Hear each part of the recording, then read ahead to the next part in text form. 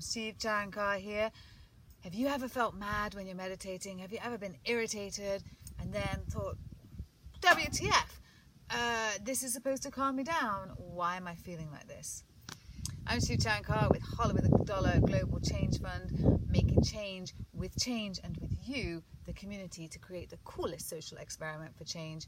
You can find out more about how to become a part of that over on patreon.com/holler.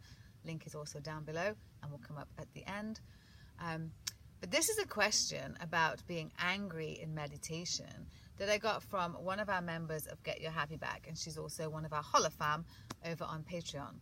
So she posed this question this morning: has anyone else experienced feeling angry and or irritated after meditation?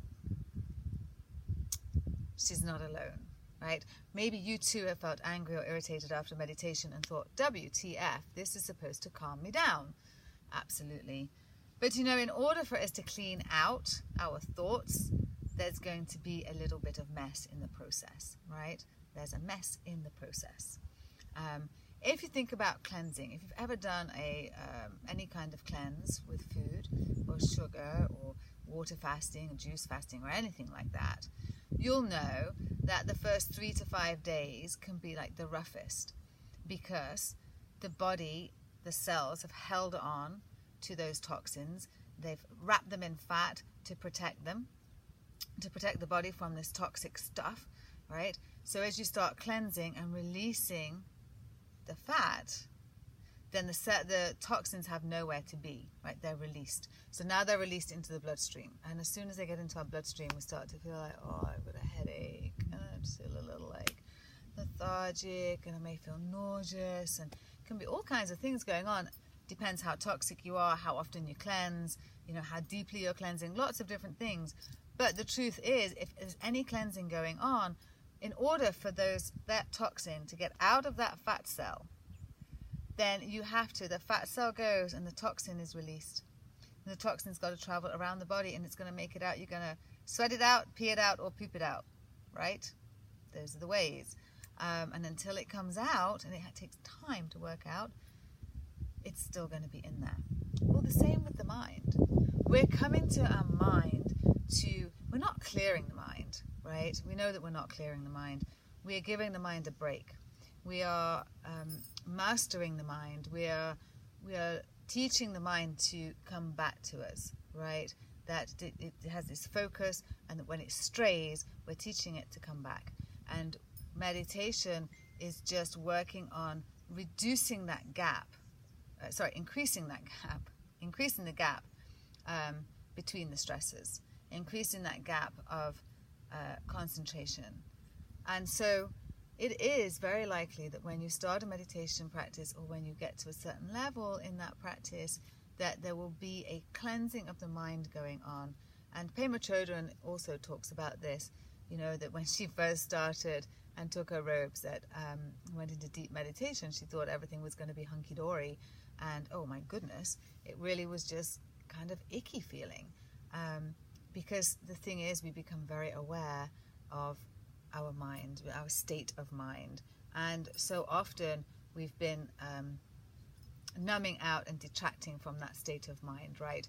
And so when we actually sit with it, when we're left, we actually see it and we go, wow! And then it's got to work its way out. So after you get up from your meditation, it could be that later on something just makes you irritated, right? There's an invitation first to be compassionate with yourself. Second, to recognize that energy needs a way out. So this is energy working its way out. So you can help it along by doing some movement. You know, really get moving, get your heart rate up, and just work that pressure out. That can help. But again, it's still got to make its way out. Also an opportunity to realize that you are not your feelings, you are the observer, right? And that these feelings, you can observe these feelings. It's not you. You're not angry. You're not irritated. You're feeling angry. You're feeling irritated. You control your feelings. You are not angry and you are not irritated. You are soul, right? You are soul. And your feelings inside are creating this, and so so it can be a combination of any of those things, and often we want to know why, and maybe we don't know why, but what we can know is that it's not unusual, and that you're not a freak, and there's nothing wrong, and that better out than in, right? One thing you can do is maybe look at the meditations that you're doing, maybe some more loving kindness, make sure you're looking after yourself, and great awareness, Laura. I love these questions from our group members that show this beautiful awareness of, you don't have that kind of question unless you're doing the practice. You see, you've got to sit down and practice in order to realize, oh shit, this makes me angry, this makes me irritated. So it's what I love about getting those questions, because I know that Laura's doing a practice. I mean, she comes in on the lives and she does the work, you know, and you do the work, you're going to have these questions. And it's always good to know that you're not alone. So being angry, feeling irritated, totally normal part of meditation practice.